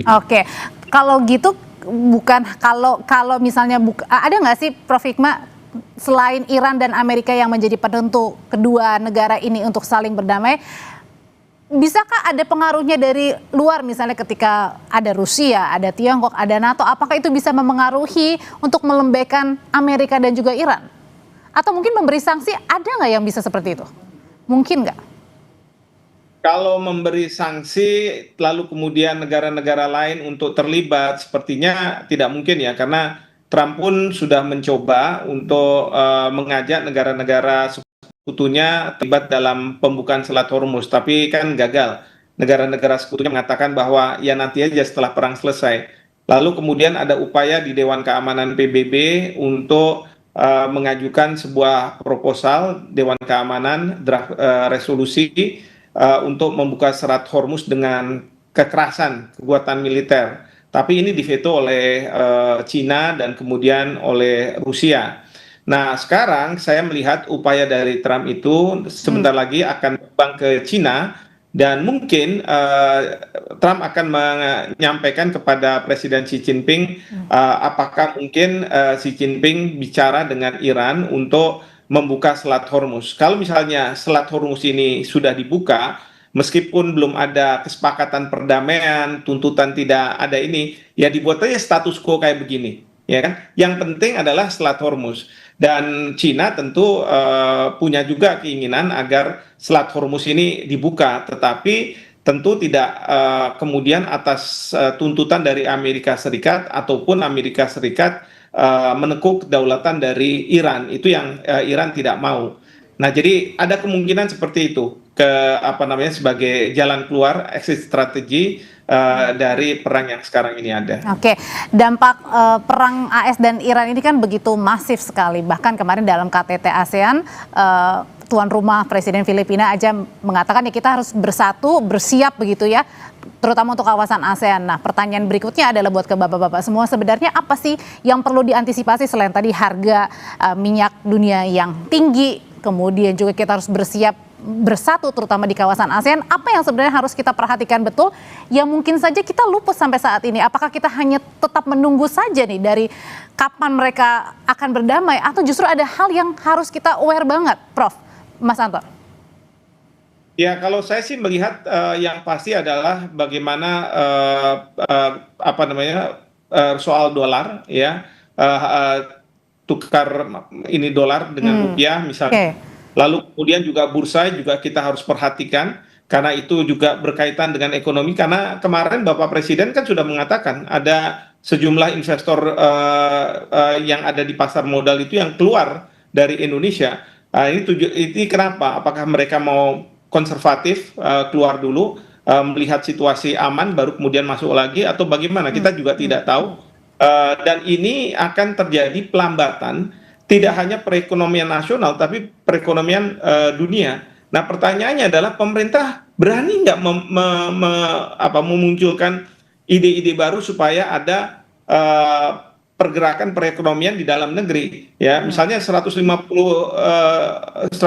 ribu mobil mau diimpor itu kan nggak membuka lapangan pekerjaan di Indonesia, membuka lapangan pekerjaan justru di luar negeri. Nah, hal-hal yang seperti ini kan harus dilakukan. Artinya bukan hanya menunggu ya kapan damai nih antara kedua negara ya, berarti kita yang harus tetap bersiap. Mas Anton?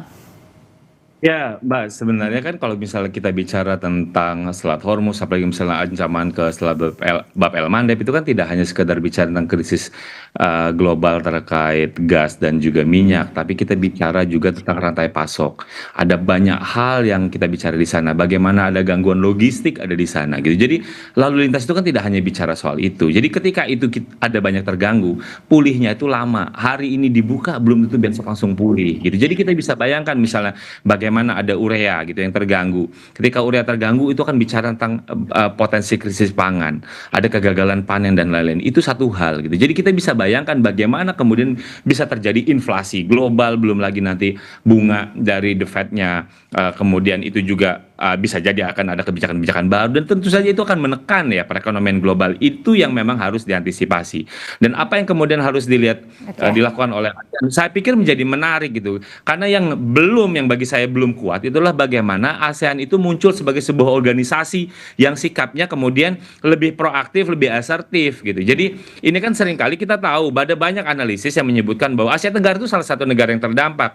Tapi ASEAN jarang muncul sebagai sebuah entitas organisasi gitu. Jadi membiarkan misalnya Thailand, Filipina dan lain-lain itu muncul sendiri-sendiri gitu. Lupa bahwa kalau ada kemampuan kolektif kemudian kita bernegosiasi misalnya dengan Iran kan jauh lebih baik gitu. Jadi hari ini semestinya gitu mungkin gitu ya ASEAN bisa muncul dengan collective interest. Kalau misalnya kita biasa kalau negara kan kita bicara tentang national interest, kita harus ngomong tentang collective interestnya ASEAN itu apa gitu, bagaimana kemudian negara-negara anggota ini itu diperhatikan gitu, sehingga ketika kita bicara ASEAN tetap relevan bagi negara-negara anggotanya. Sayangnya kan enggak nih, jadi seringkali kemudian terlibat bahwa masing-masing negosiasi sendiri-sendiri. Ini yang saya sayangkan. Jadi bagaimana kemudian KTT kemarin itu dilanjutkan dengan bagaimana ASEAN itu muncul selalu dengan satu organisasi gitu. Jadi itu yang akan menjadi penting. Posisi tawar itu menjadi penting. Kenapa? Bagaimanapun juga Iran misalnya itu kan juga butuh ally gitu, butuh dukungan. Amerika juga butuh dukungan. Bagaimana kita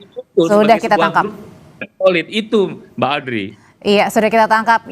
Yang pesan highlightnya di sini jangan hanya kita menunggu kapan perangnya selesai ya, tapi kita sendiri bisa bergerak. Bahkan di kawasan ASEAN yang kemarin baru menyelenggarakan KTT, ASEAN pun juga bisa bergerak ya untuk menunjukkan taringnya di mata dunia. Terima kasih Prof. Hikmahanto, Mas Anton. Selamat malam, Bapak-Bapak.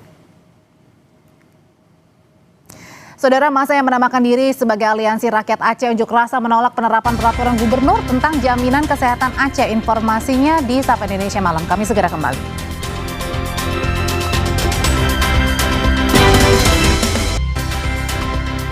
Anda kembali di Sapa Indonesia Malam. Saudara, masa yang menamakan diri Aliansi Rakyat Aceh kembali menggelar aksi demo menolak pemberlakuan peraturan gubernur nomor 2 tahun 2026 tentang jaminan kesehatan Aceh.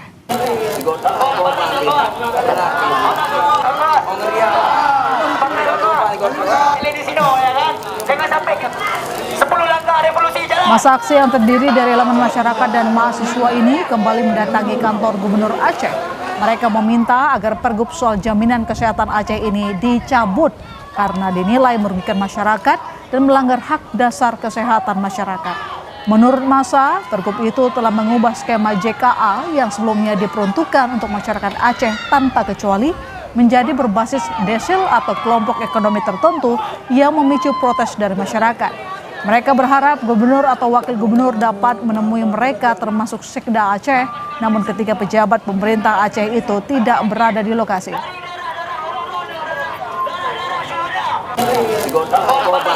Jadi ketika masyarakat meminta dicabut saja dulu, apa susahnya? Bilang kepada masyarakat, kami meminta maaf. Betul bahwasannya kami salah. Betul bahwasannya ini pergub ini bermasalah, tapi karena keadaan force major yang kemudian harus untuk membuat pergub ini, karena kenapa? Dana fiskal kita itu mengurang, PBA kita tidak seperti dulu. Jelaskan kepada masyarakat secara baik-baik, kenapa harus dengan terburu-buru membuat pergub. Beralih ke informasi dari pemutaran film Pesta Babi di sejumlah tempat menuai polemik. Di Mataram, Nusa Tenggara Barat dan Ternate, kegiatan nonton bareng film Pesta Babi dibubarkan karena dianggap mengganggu kondusivitas. Sejumlah mahasiswa hadir menyaksikan pemutaran film dokumenter Pesta Babi di Gedung Serbaguna Fakultas Hukum Universitas Andalas, Padang, Sumatera Barat. Melalui film ini, pihak fakultas ingin mengajak mahasiswa untuk melihat contoh kasus terkait hukum konstitusi, hukum lingkungan hidup, dan perlindungan masyarakat adat. Film ini kan bercerita tentang hak masyarakat hukum adat, hak terhadap lingkungan hidup, dan ekonomi ya, yang itu dipelajari di konstitusi dan hukum yang lain. Di beberapa daerah, Bang, kan film ini sempat dibubarkan paksa. Tanggapan Bang soal itu gimana, Bang? Ya aneh, berarti belum nonton filmnya tapi sudah terpancing dengan berbagai isu. Jika di Padang, kegiatan nonton bareng film Pesta Babi berjalan lancar, di daerah lain, kegiatan seperti ini justru dibubarkan. Tidak usah ditonton. Di Universitas Mataram, Nusa Tenggara Barat, kegiatan nonton dibubarkan sebelum film diputar. Pihak rektorat menyatakan melarang kegiatan nonton bareng film Pesta Babi dengan alasan menjaga kondusivitas. Pihak kampus juga menyebut film tersebut tidak pantas ditonton di lingkungan kampus. Kita untuk menjaga kondusivitas, sebaiknya film ini jangan ditonton. Saya tidak mengutarakan alasannya, mestinya kalian tahu sendiri. Saya Unram menolak. Ya. Menolak. Iya atau tidak? Jawabannya iya atau tidak? Intinya iya atau tidak? Iya atau tidak? Sebentar. Unram adalah iya atau tidak? Memang menolak karena demi kondusivitas. Oke, kondusif kawan-kawan. Jadi kita udah dengar statement dari Pak Biro dan juga Pak WR terkait dengan statementnya bahwa UNRWA menolak terkait dengan penayangan film Pesta Babi tanpa alasan yang mendasar dan tanpa landasan hukum yang jelas, kawan-kawan.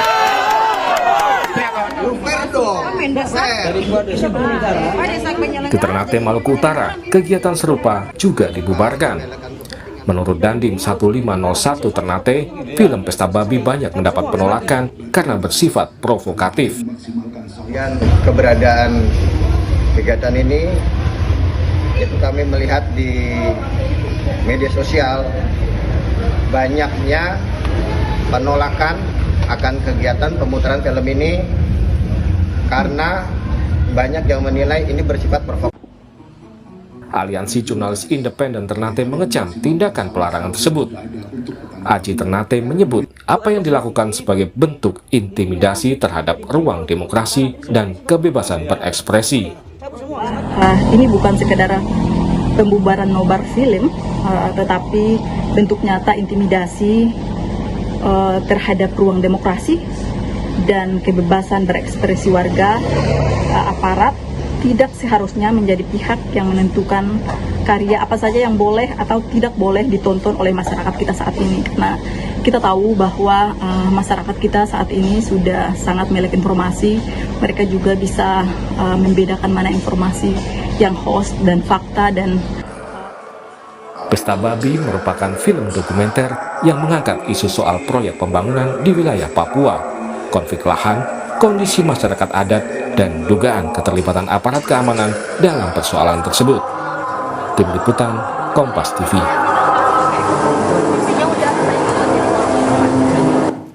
Saudara, para penumpang kapal pesiar MV Hondius, di mana beberapa penumpang terjangkit hantavirus setelah turun di Kepulauan Kanari, Spanyol. Kami hadirkan usai jeda.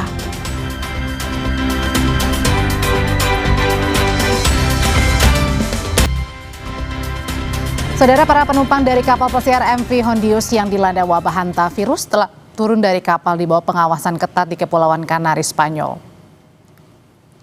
Rekaman drone yang dirilis Garda Sipil Spanyol menunjukkan para penumpang menaiki perahu kecil di perairan lepas pantai Granadia de Abona. Mereka kemudian dipindahkan ke pelabuhan Granadia dengan bantuan dari personel khusus mengenakan pakaian hazmat.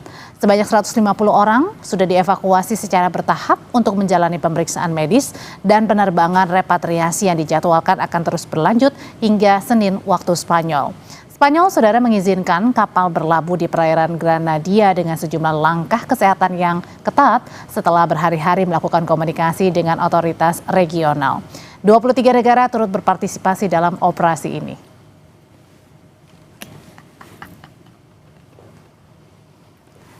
Pesawat Spanyol yang membawa 14 warga negara yang dievakuasi dari kapal pesiar MV Hondius yang terpapar hantavirus telah mendarat di Bandara Militer Torre Conde Ardos. 14 warga Spanyol yang mendarat langsung dibawa ke Rumah Sakit Militer Gomez Ulla di Madrid untuk menjalani karantina dan pemantauan kesehatan. Kementerian Kesehatan Spanyol mengatakan 14 orang yang terpapar hantavirus tidak menunjukkan gejala apapun.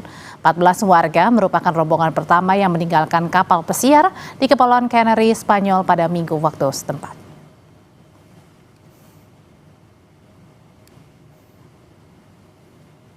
Saudara, kebakaran lahan maksud kami melahap sebagian wilayah Broward Country di Florida, Amerika Serikat. Kebakaran ini pun kian meluas ke bagian arah barat negara bagian tersebut. Visual ini menunjukkan api membakar daerah di tepi Florida Everglades, bagian barat Broward County, Florida. Dinas Kehutanan Florida mengungkap kobaran api telah menghanguskan hampir 2.000 hektar lahan yang menyebabkan sejumlah ruas jalan terganggu. Pemadam kebakaran masih berupaya memadamkan api. Tidak ada laporan korban luka atau korban jiwa, tapi otoritas setempat mengimbau warga tetap berada di dalam ruangan.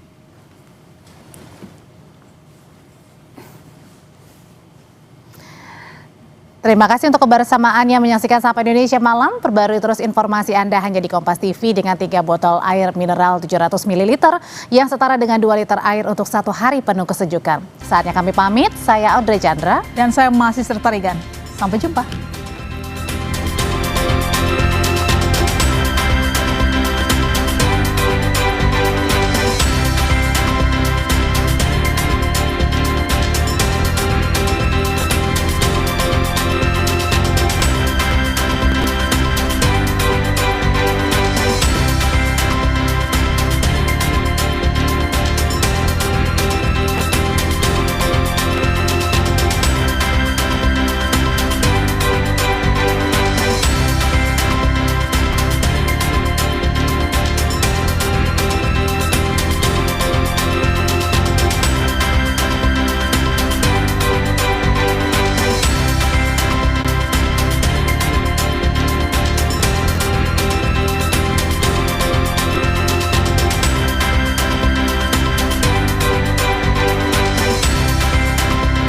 Terima kasih Anda telah menyaksikan Sapa Indonesia Malam.